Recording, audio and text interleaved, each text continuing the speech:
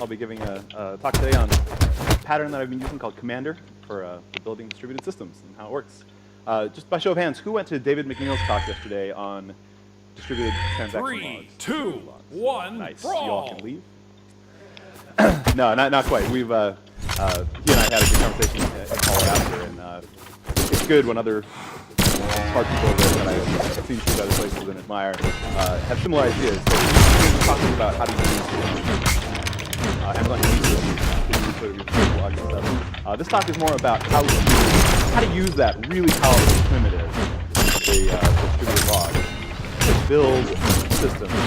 There's a couple of little patterns, a little bit of structure, just enough architecture maybe, to really facilitate building distributed systems in a way that's reason about and has some other nice characteristics that I'll talk about that particularly fit my problem.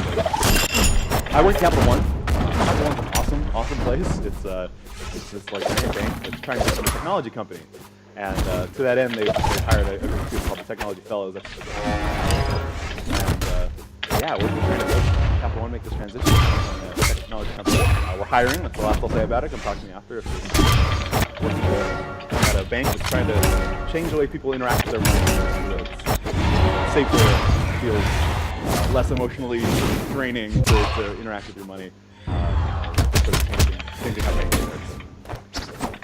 And at Capital One, I have a particular problem space, right? I've got this scale problem. I've got a lot of transactions that come in via credit card swipes, bank transactions, and all kinds of other stuff. People interacting with their money on their phones, they're interacting with it a lot of times per second. We want to provide them an excellent user experience. We also have a security and compliance burden. We have a lot of regulators, like our internal auditors at this building next door. So we've got this sort of operational constraint in that respect. We also want to be able to add features easily and operate it easily.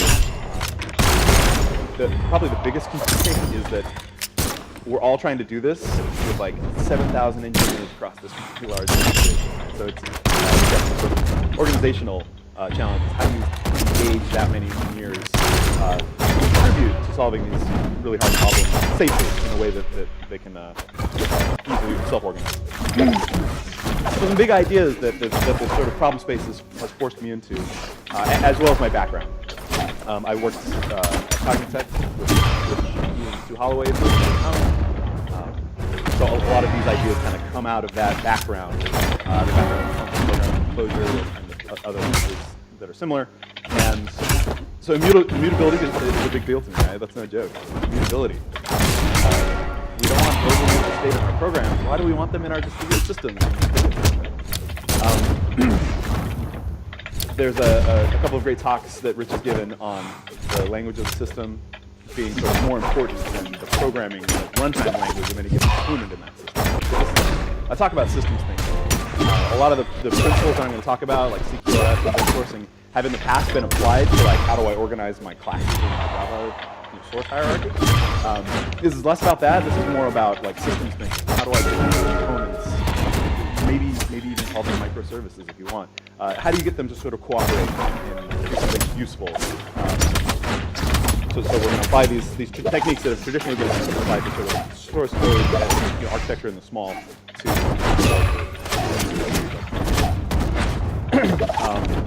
another idea that's become important, this is born out of Datomic, and then I've built other systems this way that I really like, is that action and perception are not the same thing in our systems.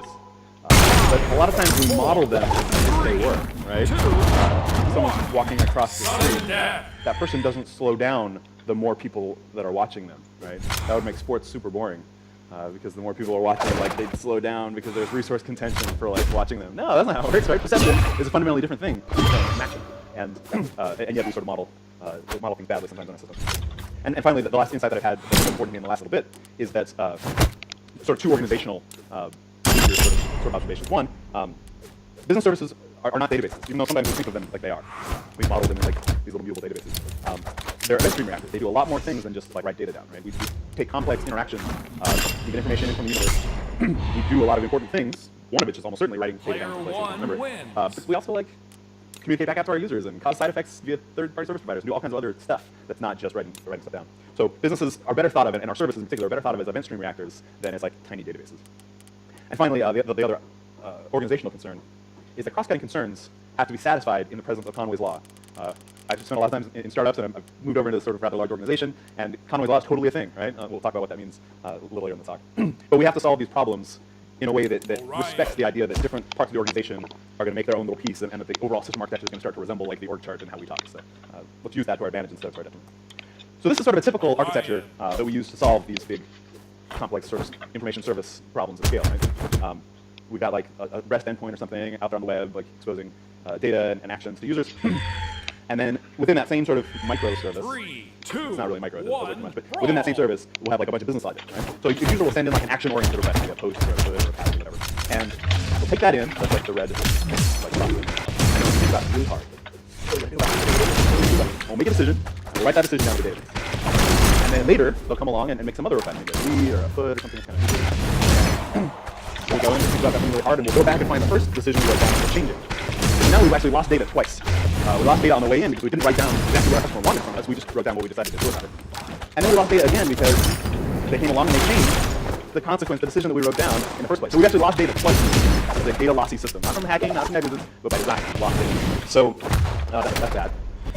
Later on, the boss comes along and says, hey, we have a security compliance audit requirement for this system we're writing, so we're going to need to like type off a stream of actions. So some message queue or write a log or something somewhere so our auditors can see what it is that our customers are asking us for and make sure that we're doing the right thing in response to their actions. And that's really important in an organization like they're in like baking. But probably in many of your you need something like that to reconstruct the narrative of what's happening in your service. You're serving your customers really well, whatever you need that probably. Later on, the boss will be like, hey, I want an analytics dashboard to tell me how things are going in your service. Okay, what are we going to do now? We're going to ETL out our primary database and go over the spot. All these things are always like an afterthought. So that's that. So I want to sort of address this problematic architecture in the context of those big ideas. First one, usability. There's a pattern known as event sourcing. Who knows event sourcing? So event sourcing is a way of modeling your system where you store all of the events that build state rather than just an aggregate picture of state. Like a chessboard or a chess game. You can either model the chess game in your software by capturing it from board state, or you can capture chess notation. Like to you can capture all of the movement chess notation. The benefit of doing it in the event sourcing way is that you have a full story that's happening. You can always go from that story to the current state. So if you just have the current state, you can't go back the other way. You can't rebuild the moves because there are board states many different narratives. So it's a lossy way to store things when you're just storing the present. Store the whole narrative, then you can always reconstruct it. So that's it. We talked about sort of data loss by design. We're losing data in two ways here. That we're not storing the narrative. We're not storing exactly what our customers are asking us for. We're just deciding what to do about what our customers ask us for, and then we let them like delete and update stuff. System languages being more important than languages. In this architecture, like what is the system language? System language is the runtime component of like very box, right? That's Java or whatever. And by default, and not by design, we don't really construct the data. We construct these contracts and stuff. We like on and off on like our conventions and all that. Like our internal API design becomes the contract. But then it becomes really difficult to integrate with other services outside of my language. Then I have to like explicitly like design. Maybe I'll expose an internal REST interface or whatever internally. It's doing that kind of again for an afterthought.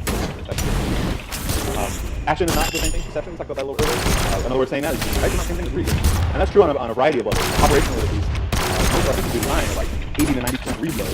Right? People are not checking how many transactions they have on their credit card. And only about 10% write load, where they're like, I want to schedule a build. So, operationally they're different. We've already talked about sort of semantically how they're different. And we model them using kind of the same device, right? We've got like endpoint and kind of like get stuff on there, get stuff fast, and kind of change it. That sort of couples, operationally, it couples them together. From a data model perspective, it sort of couples them together, and we try to smash our business domain semantics into the like resources we expose to the web. And in that database, we've got like the grand compromise, third normal form, which is sort of essentially a compromise between the write component and read time component. Right? It's kind of fast-ish, it's right, and then it's kind of fast-ish, and both times it's doing a lot of work back there to get this third normal form. Because we use that same model for both reads and writes, they end up not really performant for either, and it certainly like couples them semantically together. Player 2 wins. Again, another big idea: business services are not databases. I have sort of this theory that it's not my theory, but the tools we use sort of shape our psychology.